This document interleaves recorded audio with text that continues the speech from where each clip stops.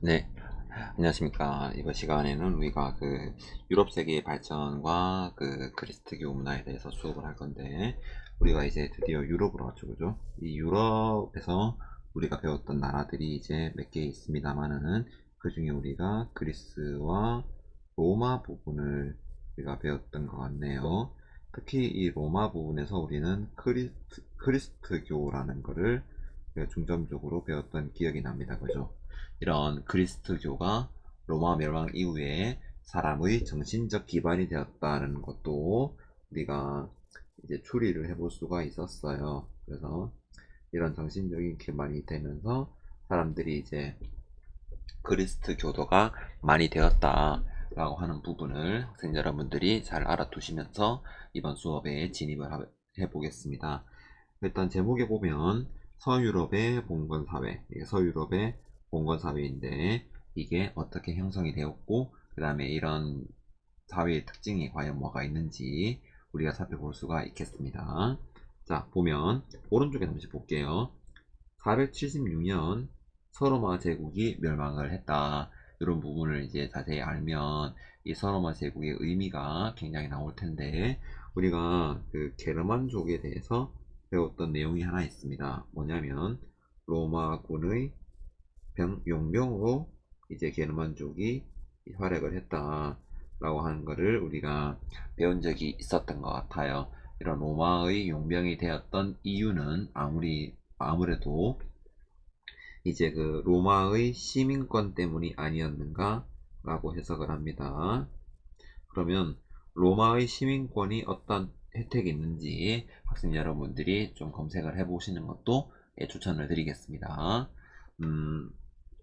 어찌되었든 이 게르만족이 로마인이 되고 싶었다 라고 하는 거는 이제 좀 추리를 하실 필요가 있고, 그리고 이거는 우리가 중국사에서 그 효문제의 한화 정책과도 연결을 좀 시킬 수가 있죠. 이런 부분은 수업 때 진행을 한번 해보도록 하겠습니다. 그래서 여기 적을 수 있는 게 한화 정책과의 비교 또는 유추를 우리가 해볼 수가 있겠네요. 어쨌든 4세기 말쯤이 되면 여기 오른쪽에 지도에 보면요, 훈족이라고 하는 사람이 동쪽에서 들어와요. 유럽 쪽으로. 이 훈족이 이제 그 헝가리 쪽에 있는 마자르족을 이제 압박을 하고, 이 마자르족이 옆에 있던 게르만족을 점점점 압박하는 단계에서 이 게르만족은 이제 이걸 피하기 위해서 로마 영역으로 들어왔다 라고 이해하고, 이런 로마 영역으로 들어왔던 게르만족에 의해서 로마인들, 특히 서로마 지역인들이 이제 힘들게 살게 되었고, 이러면서 476년 게르만 용병에 의해서 서로마 제국이 멸망했다 라고 하는 것을 본문 서술에서 확인해 볼 수가 있습니다. 다음, 이런 이제 게르만족을 우리가 구분할 수가 있습니다. 이 게르만족을 우리가 이제 동게르만과 서게르만 이렇게 구분할 수가 있는데, 요 앞에 위에 다시 지도를 한번 보죠. 자, 위에 지도를 한번 보게 되면요, 우리가 이동을 굉장히 적게 했던 사람이 있고요, 이렇게 그래도 많이 이동한 사람이 있고, 이동을 적게 한 사람이 있습니다. 여기 적게 한 사람, 특히 이 부분보다는 선생님은 이 부분을 좀 더 보고 싶어 해요. 이 프랑크 이 프랑크 왕국이 어떻게 발달되었는지 이렇게 설명을 한번 해보겠습니다. 어쨌든 이 프랑크족은 다른 민족에 비해서 이제 지도 확인해 보시면 알겠지만 거리가 좀 짧죠. 그래서 거리가 좀 많이 이제 이동 거리가 적었다라고 하는 걸 볼 수가 있는데, 특히 이제 이쪽 이 서게르만 쪽이 이제 좀 더 발전했다라고 하는 거를 이해해 볼 수가 있어요. 이런 동게르만과 서게르만의 비교는 학술적 용어니까 학생 여러분들은 이런 게 있었구나 라고 하는 거를 알아두시면 더 좋을 것 같아요. 자, 이런 그 게르만족의 왕국 중에서 이동 거리가 짧았던 프랑크 왕국은 번성했다 라고 하는 부분을 알아두시면 더 좋겠습니다. 자, 보면 알겠지만 1번이네요. 이동 거리가 짧았다, 이런 부분. 그리고 이 1번을 통해서 1번을 통해서 추리할 수 있는 게 2번, 3번, 좀 4번이 있거든요. 이거는 수업 때 확인해 보도록 하겠습니다. 2, 3, 4의 내용은 수업 때 확인. 자, 그리고 이제 5세기 말쯤 되면 이 사람 이름이 나오는데요. 사람 이름 좀 알아두셔야 돼요. 글로비스. 글로비스. 이 글로비스는 이제 그리스도교로 개종해서 로마 교회의 지지. 이 부분 중요해요. 로마 교회의 지지. 그 다음에 8세기 말쯤에 이슬람 세력의 침입을 막은 사람이 이제 그 피핀인데, 이 피핀이 어떻게 보면 이제 뚜르보아띠에서 이제 이슬람 세력의 침입을 막아냈다 라고 하면 더 좋을 것 같아요. 이때 이름은 피핀 세력.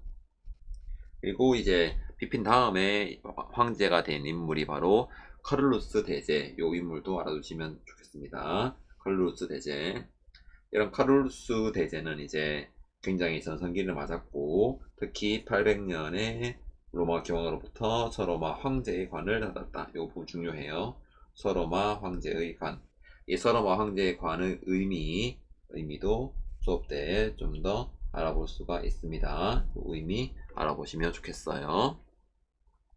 이거는 카를루스 대제가 했던 활동들이 굉장히 많은데요.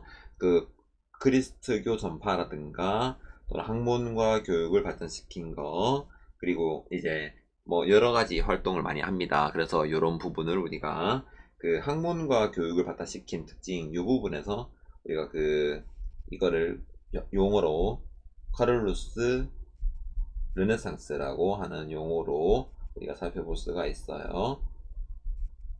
네, 알아두시면 도움이 됩니다. 이런 카를루스 르네상스를 통해서 이제 학문과 교육을 발전시켰다. 그래서 어떻게 보면 그 게르만족의 침입으로 인해서 로마인들이 굉장히 살기 어려웠죠. 이런 살기 어려우면서 교육이나 학문이 좀 많이 떨어졌었거든요. 그러면서 이제 이 학문과 교육이 우리가 앞전에 배웠다시피 이슬람 쪽으로 많이 넘어가 있었습니다. 이런 이슬람 쪽으로 넘어갔던 학문과 교육을 이제 여기 유럽 안에서도 어떻게 보면 로마의 영역 밖에 있었던 게르만족이잖아요. 야만족이라고 했던 곳에서 학문과 교육이 발전하게 되었다. 어떻게 보면 이거를 아이러니라고 하죠. 그래서 로마인들은 굉장히 무시했던 아주 저급한 지역에서 오히려 로마가 잘 보호됐다 라고 하는 것을 학생 여러분들이 알아두시는 게 좋겠습니다. 다음이 카를루스 대제가 죽은 다음에는 분열되었다 라고 이해하시면 되고, 그리고 이 서프랑크가 현재 프랑스로, 중프랑크가 현재 이탈리아로, 동프랑크가 현재 독일이 되었다 라고 하는 것을 우리가 오른쪽 지도에서 찾아볼 수가 있을 것 같습니다. 그래서 밑에 보면 알겠지만 이런 카를루스 대제의 업적 굉장히 중요한 거니까 한번 살펴보시는 게 좋겠습니다. 다음으로 우리가 갈게 봉건제의 수립인데요. 아마 그 1시간 내에서 이 내용을 타기는 굉장히 어려울 겁니다. 그렇지만 이걸 하면서 이런 게르만족의 이동과 프랑크족의 이제 성립, 왕국 성립과 한 번 더 바로 노르만족의 이동이 있는데요. 이 노르만족의 이동을 우리가 2차 민족 이동이라고 얘기를 합니다. 그러면 게르만족의 이동은 1차 민족 이동이 되겠죠. 그래서 2차 민족 이동을 이제 이끈 노르만족에 의해서 이제 서유럽이 굉장히 혼란에 빠졌는데, 이때 노르만족 같은 경우는 게르만족처럼 왕국을 세우는 게 아니라 여기 이제 침략을 했다가 일정 정도의 날짜가 지나면 자신의 본거지로 돌아가는 습성이 좀 있었습니다. 그래서 이런 노르만족을 이제 막아내기 위해서 싸우는 사람이 등장을 하죠. 그 싸우는 사람의 이름이 뭐냐면 바로 기사입니다. 나이트 기사. 이 기사는 사람들을 보호하는 명분으로 또는 보호했다는 것으로 사람들로부터 대가를 받지요. 그리고 이 대가는 바로 땅이었습니다. 땅. 그 땅의 이름을 지도에서 보면 봉토라고 되어 있습니다. 그러니까 나한테 땅 주는 사람을 주인으로 모시고 그 땅을 받았으니까 나는 주인에게 충성을 바치겠다 라고 하는 게 바로 봉건제인데요. 이 봉건제는 특징이 적어두시면 좋겠죠. 특징이 계약관계이다. 계약관계. 계약 관계임을 꼭 명심하셔서 다시 한번 뭐 내용을 살펴보시는 게 좋겠습니다. 이때 이제 기사는 주군의 충성과 봉사를 맹세하고 주군은 공토를 준다. 네, 공신으로서 보호해주고 토지를 준다. 이런 관계 이름을 주종관계라고 얘기합니다. 그래서 본건제 안에서 일단 첫 번째 주종관계가 있다는 겁니다. 다음 이런 주종관계의 특징에 대해서 우리가 설명을 해볼 텐데요. 이건 수업 때 좀 더 사례를 들어서 자세히 해보도록 하고요. 당시 주종관계는 쌍무적 계약관계이다. 핵심 포인트. 쌍무적 계약관계이다. 그래서 이런 쌍무적이라고 하는 것은 서로 간에 의무를 해야 한다. 라고 하는 것을 알아두시면 좋겠습니다. 그래서 여기 보면 알겠지만 봉신과 그 다음에 주군의 역할이 있고 이 주군은 특히 이제 그 토지를 주는 거를 가장 큰 의무로 삼고 봉신은 그 땅을 받았으니까 그 땅에서는 내가 알아서 할 수 있는 지위를 가지고 있습니다. 그래서 이런 지위가 어떻게 표현되었냐면 지방 분권적인 봉건사회 이렇게 표현되어 있습니다. 봉신은 이제 주군과 똑같은 위치에서 지방을 지배하게 되었지요. 그래서 지방 분권적인 봉건 사회이다 라고 하는 거. 두 번째 부분이요. 바로 장원제라고 하는 겁니다. 봉건 영주가 나오는 과정인데요. 이런 기사들은 어떻게 바로 장원을 지배하는 영주가 되었다 라고 하는 거. 영주. 이런 영주는 이제 요 성 안에서 자기가 제일 갑인 거고 나머지 애들은 세금을 내면서 기사의 보호를 받는 존재라고 이해하시면 더 좋겠습니다.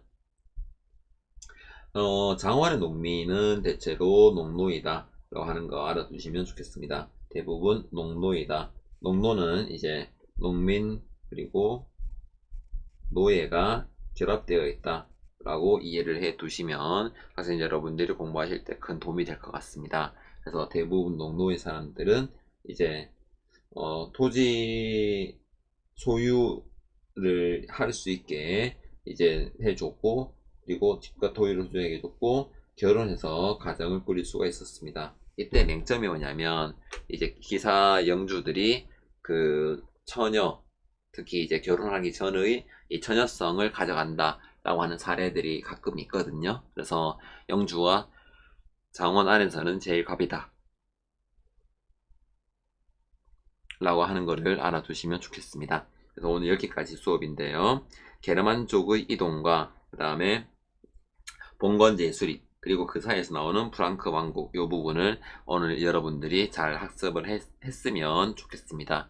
오늘 여기까지고요. 다음 시간에 우리는 새로운 컨텐츠로 다시 만납시다. 항상 이제 이 영상 듣는 애들 그리고 우리 친구들한테 선생님 채널 구독하라고 얘기해주세요. 네, 다음 시간에 만납시다. 안녕.